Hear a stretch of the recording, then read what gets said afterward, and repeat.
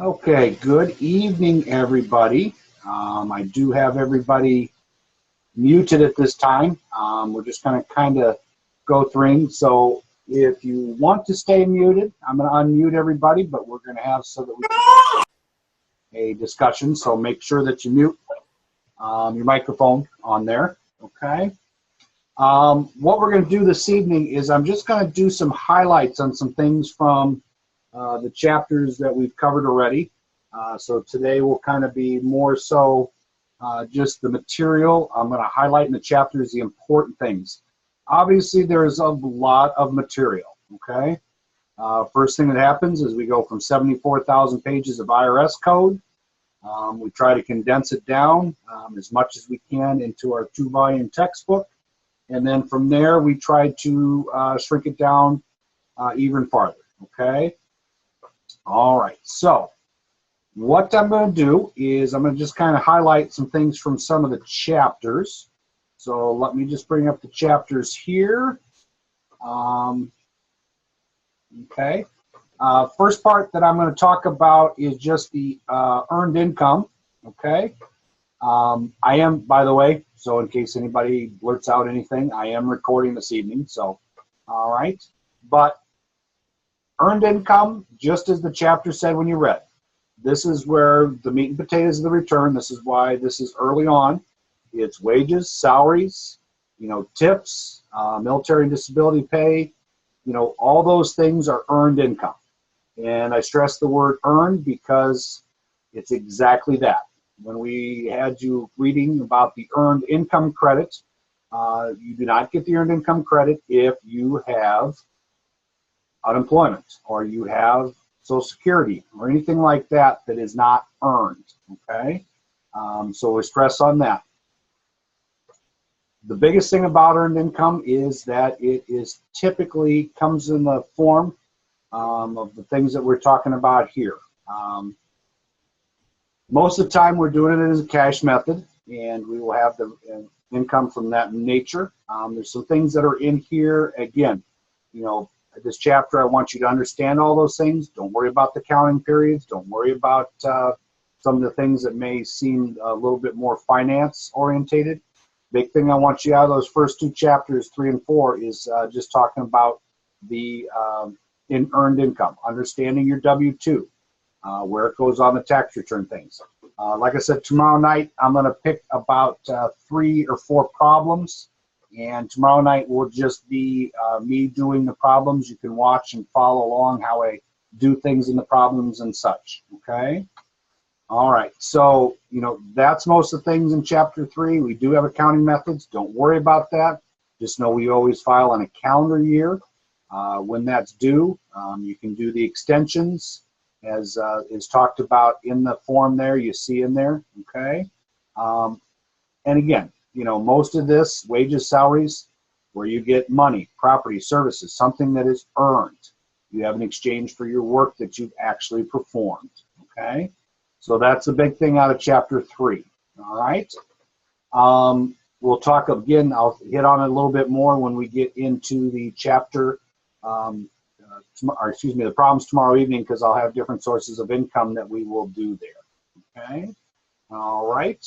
The other chapter we're going to talk about, okay.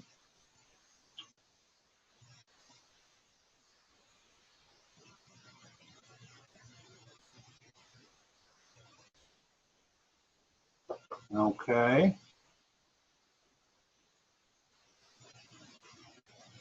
All right.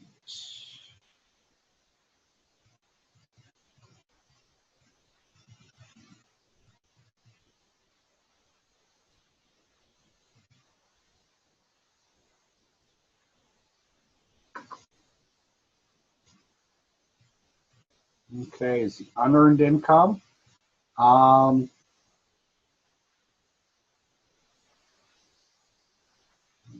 let's get the screen up here. Give me 1 second.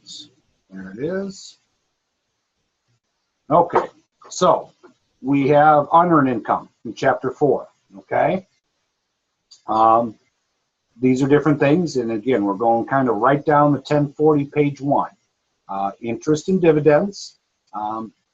You're going to see more interest than dividends, but you don't see much interest because we're making less than 1% on most of our money. Taxable refunds. The one thing I will say about this is that you used to have the little 1099-G mailed to you from the state of New York. You no longer get that, so you have to know what your refund is from the previous year. So if you're doing a tax return for an individual, you need to ask them. Some of the problems we've done, they've had a funny little paragraph that says their return was, say, $300, okay? And then after that, it states the fact that their Empire Child Tax Credit was $660. Well, in a case like that, their refund, if they itemized, is not taxable because their credit for the child, or the children, I should say, is greater than the refund, okay? Now, just the opposite. If I have a $600 refund and I have a $330 child tax credit, I subtract and I get the $270, and that would be my taxable refund, okay? So you can always wipe that out. I'll talk about it tomorrow night. There is a little worksheet that you can use on line 10, but it's not really great because we don't have any history for all these returns that we're doing. So we'll discuss it, but it's not much on the much good for us right now because there's no history on it. All right. Unearned income, again, this is what they call passive income. Basically what it means is you have this money coming in, you're getting this money, but you really haven't done anything for it to come into your home or to your pocket or to your bank account. Okay, so unearned income, again, interest and dividends. The biggest thing I want you to write down for tax-wise is that everything on the interest and dividends goes on the Schedule B, but does not go on the Schedule B. So when you're doing your practice problems, do not put anything directly on the Schedule B. For those of you that watched the clips, you may have heard somebody say that. You go into the tax return itself, click on a field, and you'll get a little worksheet that looks very similar to what you have on your 1099 INT, okay? So we have that. The other thing to take away is you need to make sure that you understand the little table that's here about what is taxable as far as interest on bonds and etc., and what is taxable on the state. That table is invaluable because you can see there that there's certain things that are taxable on the federal and certain things that are not taxable on the state or taxable on neither, okay? So you just need to make sure you understand that because we have to do an adjustment for that. New York State is notorious for waiting for 3 years. If you forgot to put something on there that's taxable or anything like that, they'll wait 3 years, tell you about it, charge you interest and penalties, and send you a bill. So make sure that you understand how interest is handled on the federal versus the state. Again, tomorrow night, I'll be going through the problems. I'm going to be covering all these, showing you exactly on each one of those. I'm going to pick problems that really pertain to all the topics that we've covered. Okay. Dividends, again, 1099 DIV. Biggest thing, understand, again, Schedule B, that is where the dividends go, but you do not put it on the B. You go into the worksheet inside the B, okay? The reason we emphasize this is because with all these boxes that are on these 1099 INTs and these 1099 DIV statements, it just makes it foolproof, if you will, in a slight way, that we can make sure we get all the information off there into the tax return in the appropriate spot, okay? So we have our interest, again, nothing on the B. In tax-wise, we're going to go into the inside on the B, okay? So you have a couple exercises in there. They had you fill out some things in pen, or in paper and pencil, I should say, and kind of go over them. We talked about the tax refunds, okay? So we had those in there. Again, there's a little worksheet. We'll show you where that is in the tax-wise. It's good for calculating right now, but again, some of this stuff has to do with things that would have been on their 2014 return, and we're doing 2015 returns. Alimony, again, alimony is alimony. Sometimes it's called maintenance. It is not child support, and it is not maintenance in the sense of keeping up a home. Alimony that is paid is a income. All right. So depending on how good your divorce lawyer was and how things were handled, sometimes alimony is a great thing because it's income, and then it's also deductible income for whoever's paying it. Okay. So, but it is income, and I'm sure that in the divorce decree, the lawyers are not handling withholding, so you pay tax on it on the tax return. Okay. K-1s, all I want you to know, they are the W-2s of business returns. As you can see, partnerships, S-corps, real estate trust, and if somebody passes an estate, K-1s come to the people that are part of that. They bring the K-1 to the tax return, okay? It's not, it sounds like it's a lot of work and it's a strange thing from a corporate return sense, but, you know, just know that it is no more than a little bit of a fancy W-2 that comes to the personal tax return. Unemployment, again, not taxed, or excuse me, it is taxable income, so you do need to put it on the return. However, 1099-Gs are not given to anybody. You must go online to get them. They are not mailed, and do not approach a labor office and ask for your 1099-G. They won't give it to you. If you have somebody that is a client that is going to, that calls in their unemployment benefits over the phone, they're going to need to call and have it mailed to them, okay? Miscellaneous income, very important one, because obviously we just went down the road on all the things that are earned and unearned income in the 1099. You have to ask yourself, and we talked about this in lectures and the recordings, you have to realize that there's things, you know, hobbies, any income under 400. Believe it or not, people do put their illegal activities. I'm a firm believer that people that practice or partake in illegal activities are far more concerned about the IRS than they are, say, the Drug Enforcement Agency. The DEA will probably sell them out for a bigger fish. The IRS, they just want their money, okay? So if somebody's making money, they want their tax. They don't care if there's a bigger fish or not, okay? Prizes and awards, you know, you call in. Right now, I think I heard on WBEN that they're giving away Tim McGraw tickets. If that's the case, you call in and win.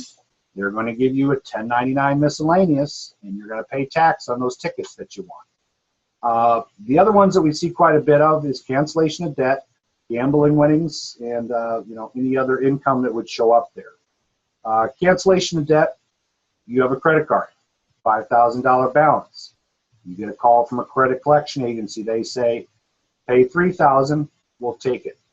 Well, that $2,000 difference has to be declared as income on your tax return. Equally, somebody might be approached to have forgiveness of portions of their student loan debt. Depending on how it's handled, you may have a forgiveness of debt on that. Gambling winnings, obviously the state wants to tax you. That's why you hear that the people that win $1 million walk out the door with $300,000 because of the tax, okay? You can write off. I know I've had some questions about where to put the losses versus the winnings. We'll talk about the losses, a little bit more when we get into itemized deductions. But right now, we'll talk about that tomorrow. On the W-2G, there is a line and a portion in the software that you can have the losses put up to and equal to the winnings, okay? So we have all those, all right? There are some codes there for the cancellation of debt. We talked about gambling winnings, okay? Miscellaneous income, again, if it's non-employee compensation and it's over 400, you're going to be putting it on a Schedule C. We will talk in the coming weeks about self-employment and how it's handled, okay? But here is a list of all the different 1099s that you may run into. You know, biggest ones that you're going to see that we'll talk about later is 1099Rs. Those are the retirement distributions, or an SSA 1099, a Social Security statement. Okay? So we have a bunch of different things that fall under the 1099 category, all right? And all those will have different uses, but most of them are there. Again, self-employment stuff that was at the end there, don't worry too much about it, okay? Here's some things that are here on the last page of the chapter before the homework and the quiz. These are some things that are typically not taxable to the payer. Inheritances. When we talk about somebody that has a grandmother, grandfather, whatever, pass away, and they have cash assets and they inherit it, there is not taxable on that inheritance. Foster care payments. If you are taking care of children that are staying in your home and you're are given money by the county or the state to take care of those children until they may be adopted, that is not taxable. Child support is not taxable, okay? Equally, for the individual paying it, it is not a deduction as an expense, okay? Child support, I will let you know that refunds are typically taken for those. And also, that being the case, there about a year and a half ago, they started confiscating vehicles of individuals that were behind on their child support. We actually had a very big run on people coming in, especially springtime, carpenters, roofers, that may have been behind, and that truck is their livelihood.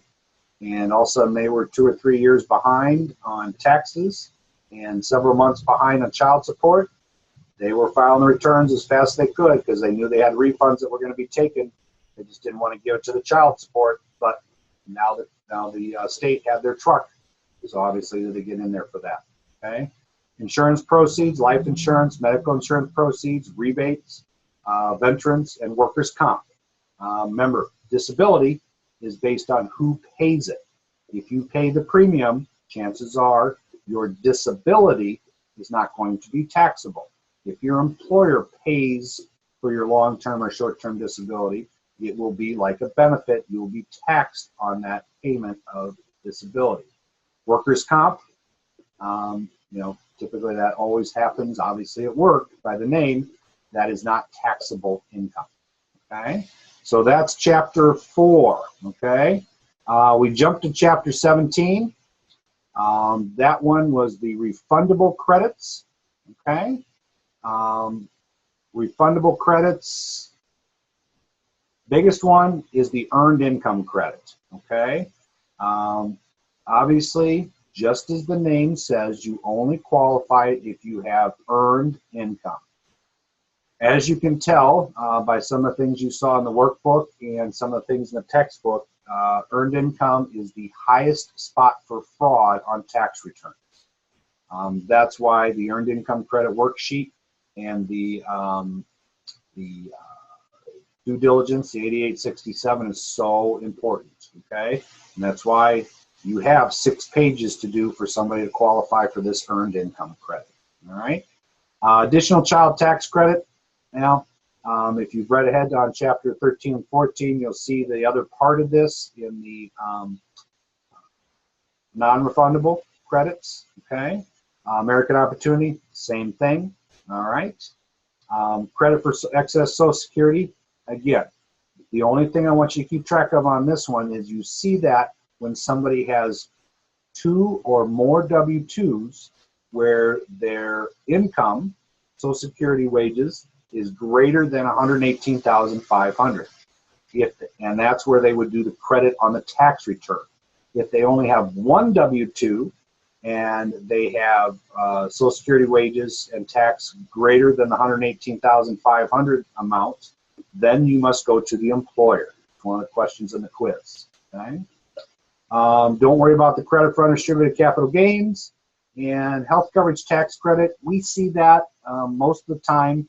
It's something that's done for union workers or manufacturing workers that have been displaced because their jobs have been sent overseas or a factory closed. The government pays their health insurance premiums while they're being re-educated, if you will, or retrained for a new profession from what they were doing with manufacturing is where we see it most often, okay?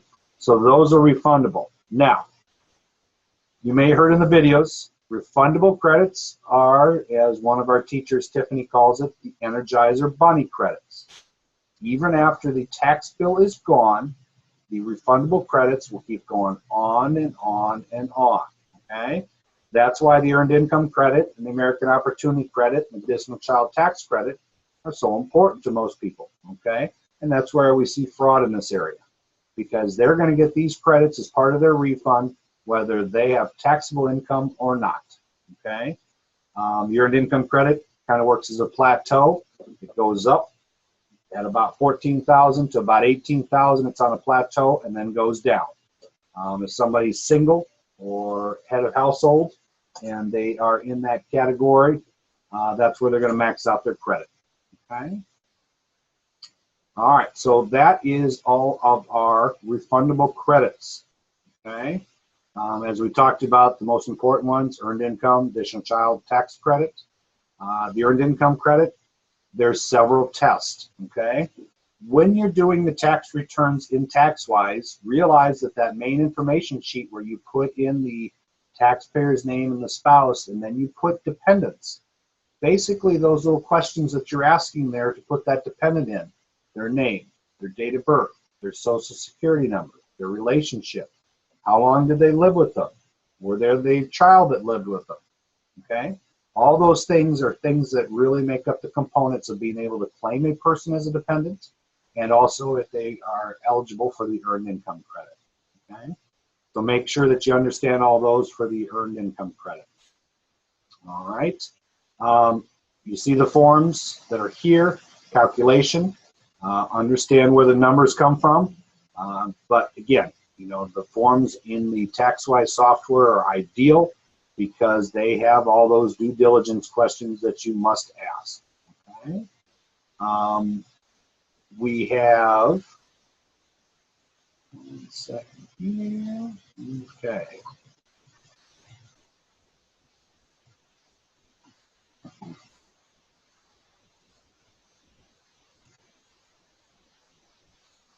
You can tell by all the stuff that's in here, the Earned Income Credit.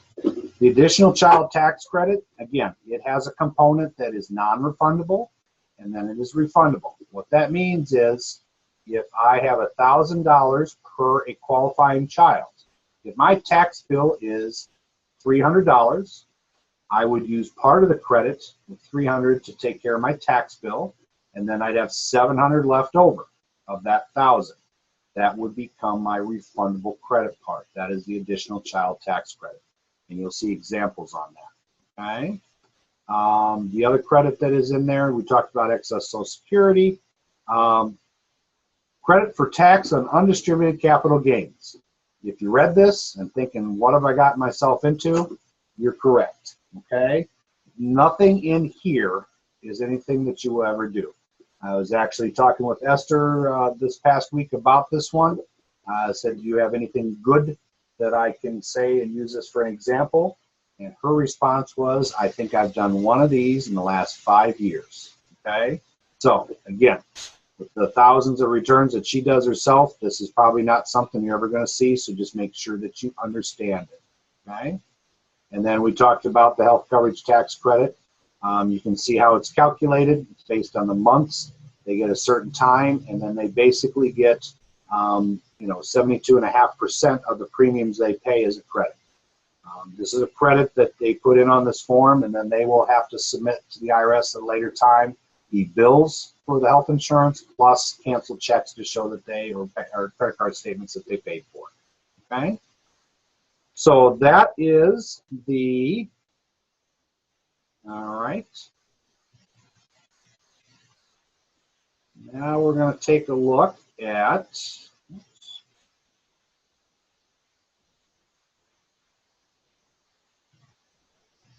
non-refundable, okay?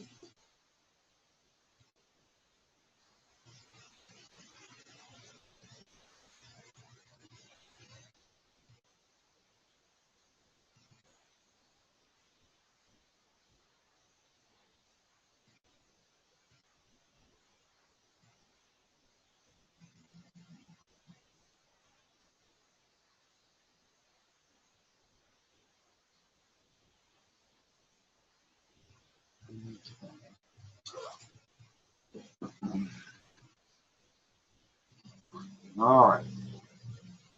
Non-refundable credits. Okay, these are the deductions versus the credit. Okay, deductions are things that lower our income before we calculate our tax. Okay, credits are the things that eat up our tax or become refundable. All right, so non-refundable credits are basically our Pac-Man credits. All right, for those of you that remember Pac-Man and have the little dots, Pac-Man would walk around and eat all the little dots until they were gone, and then the game was over. Think of non-refundable credits just that way. They eat up our tax bill. Once they are gone, okay, once our tax bill is gone, the credit is done. We might have a credit that has a refundable portion where the extra is given back, but most of the time, once the credit eats up the tax bill, it's done, even though we might have more credit that we qualify for. Okay? Foreign tax credit, really, you won't be doing many of these. The form that you see, and again, we'll go through this tomorrow night when we do problems, and I'll show you the problems on there. Foreign tax credit is such that you basically, anything under $600, you report on the top of a simplified form on the 1116 form, okay? The rest of it, you would have to have somebody that is, say, a U.S. citizen living in Canada and married to a Canadian citizen. Typically, they would do a U.S. tax return because they have to as a citizen, but they would have foreign income because they live and work there. If they pay tax on their Canadian return, then they get a credit for it on their U.S. return. The government doesn't force them to double dip and pay twice on their income. Child and dependent care credit. It is a very good credit for everybody, and again, it is child and dependent. If I have a elderly relative that may have Alzheimer's or dementia that I need to have somebody watch while I work, that is dependent care. It's not just somebody going to the YMCA or at ABC Little People's dependent care or daycare class facility. It could be an adult. Okay, so that credit. The one big thing about credit is you do not get to take dollars paid if you have an employer plan where they're paying a portion of it. Make sure you watch for that on the W-2s. There's a box there for dependent care. Okay. The other thing about dependent care is make sure that whoever you're paying, and you're going to declare that you're paying them, that there's two sides to the equation. If you're paying them, all right, and you're taking it as an expense for credit, then they have to declare it as income. All right. So if you're paying Aunt Betty that lives down the street to watch your children, and then you're going to claim it, you have to have her Social Security number and claim that. On the flip side, the IRS is going to say, well, who did you pay it to? And that person has to show it as income on their tax return. Okay. American Opportunity Credit, it is a big portion of the education credit. It is basically for undergrad college students, the first 4 years. If you have somebody or know of somebody that's taking college credit classes in high school, they don't want to do this as the American Opportunity because then they will waste one of their 4 years. It's a $2,500 credit. $1,500 is non-refundable. $1,000 is refundable. Lifetime learning credit, that is for anybody, especially grad students. You get a maximum of $10,000 in qualified education expenses, and then you can declare 20% of that as a credit or $2,000 limit. Okay, so those are in there. All right. So those are all the ones that we talked about there. The effective tax rate, again, don't get caught up in the calculation here. Basically, what the effective tax rate is saying is that when you take and you start with your income that you make in as far as like a W-2, you subtract your deductions, okay? You lower your taxable income, then that tells you what your tax rate is. And then you put that into the table to get your tax. Now, If I'm able to take credits or everything else to reduce my tax bill, okay, that means my effective rate is changing.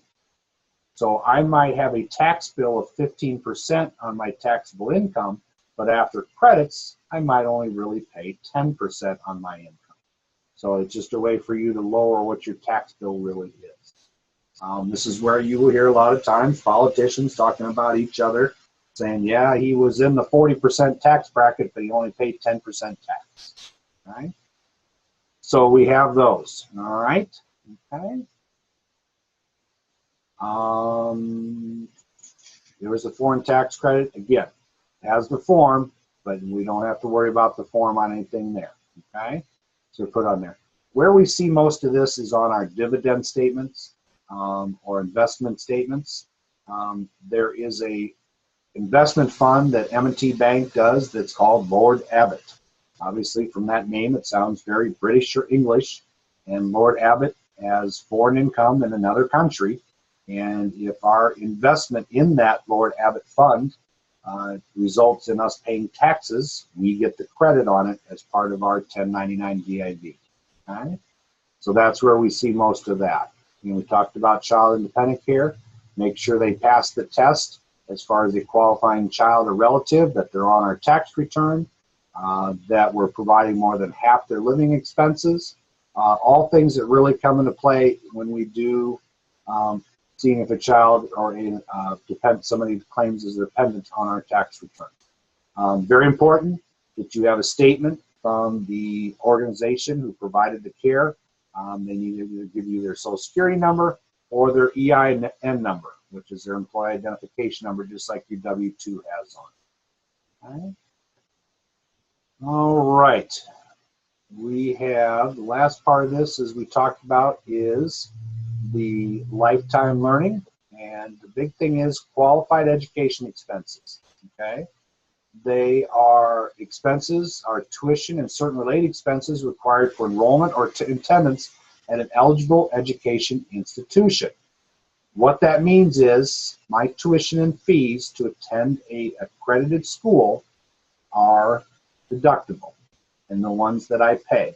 If I have scholarships for it, I did not pay it. If I have student loans, I did pay it, even though I may pay back that student loan at a later time. Okay?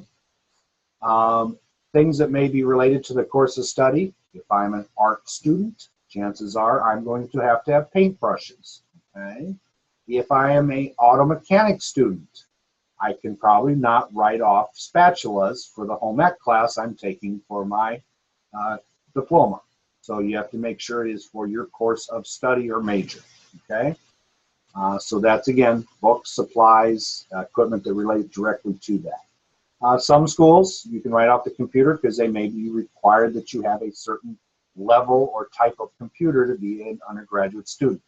So you can take that off. If you have scholarship money that is in excess to your fees to attend the school, that becomes taxable income. Okay? So make sure people understand that excess scholarships over and above what you would typically pay for the school, that is income. If I am taking out excess student loans to pay for my room and board, that is my money. That is not income, okay? But scholarships are free money, so that excess scholarships I have to declare as income, all right? At the end of this one is, 1098-Ts, okay? These fun little statements. You can see the boxes that are circled. Box 1 is about payments. Box 2 is billed. 5 is scholarships. 8 is that they were half-time student. And 9 is graduate students. These are things that will be covered when we do some problems. Not many of the schools do things correctly, okay? What I mean by that, typically they'll show just the box 2 of the build, okay? All right? So we will have that on the box 2 would be the amount billed, okay? So we'd have that. Scholarships or grants, we need to subtract that from the payments we've made so that we know what came out of pocket. Schools don't do these very well. the best thing to get information on these would be the statement of student accounts. Okay, so that's where we want to search those down. All right. Okay. All right. And at the end of this one, there's just a few things about some other credits that are on here. Again, you know, nothing that really has anything on the topics. Okay. Chapter 14 is the section on the other part 2 of non-refundable, retirement, child tax credit, residential energy credits, adoption credits, and then the last 3, just the fact that you read them, that means we've covered them. You do not see these, are just for your information for things that happen on line 54 on the tax return 1040, page 2. Okay?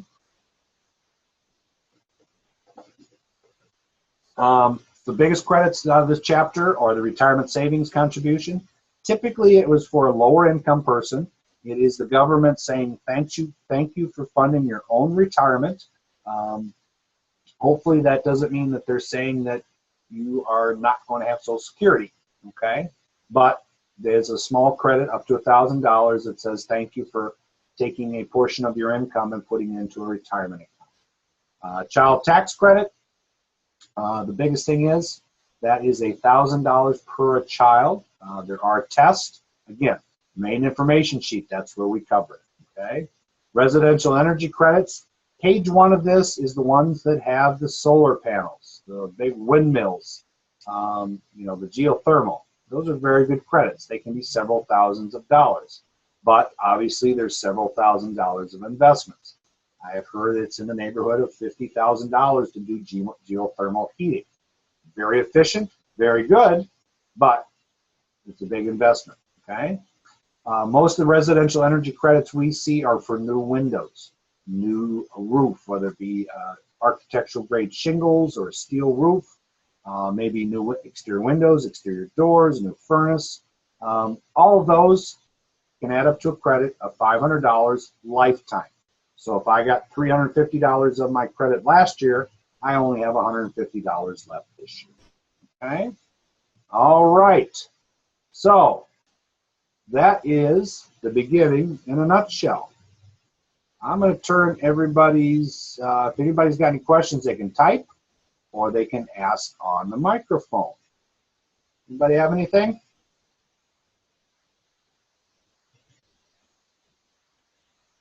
Yes? No? Maybe? No, I don't have anything. Okay. It was just I wanted to highlight the points. Like I said, I know there's a lot of material. Don't get concerned with it. Tomorrow night, I'm going to do about 4 or 5 problems. Those problems, you'll see a lot more because that's going to be the things with you'll see the things that we just talked about in action and tax-wise software, and sometimes it's much easier for you to see that. Okay? Yeah, I've been having a real hard time with the tax-wise software. What's that? I've been having a hard time with that software, trying to figure out where things are going. Yep, and that's a big thing. That's why I'm going to do it tomorrow to get everybody up to pace. I think everybody's able to read the material, understand the concepts, do the quizzes. I mean, that's just a good old-fashioned textbook. The last component is getting that software going, okay? Once you understand how to use it, it's pretty simple. Yeah. I see a question on there. It says, what problems are due Friday? Why don't you do the problems at the end of chapter 17 and the end of chapter 13, okay? So those are the textbook problems, or excuse me, the workbook problems for 17 and 13. As far as turning things into me, I know that everybody's done a great job submitting stuff. I have, between the online class and the classroom people, I have 105 students emailing me and sending me stuff on a daily basis. So all I really need from anybody is the quizzes. Don't worry about the exercises, just the quizzes.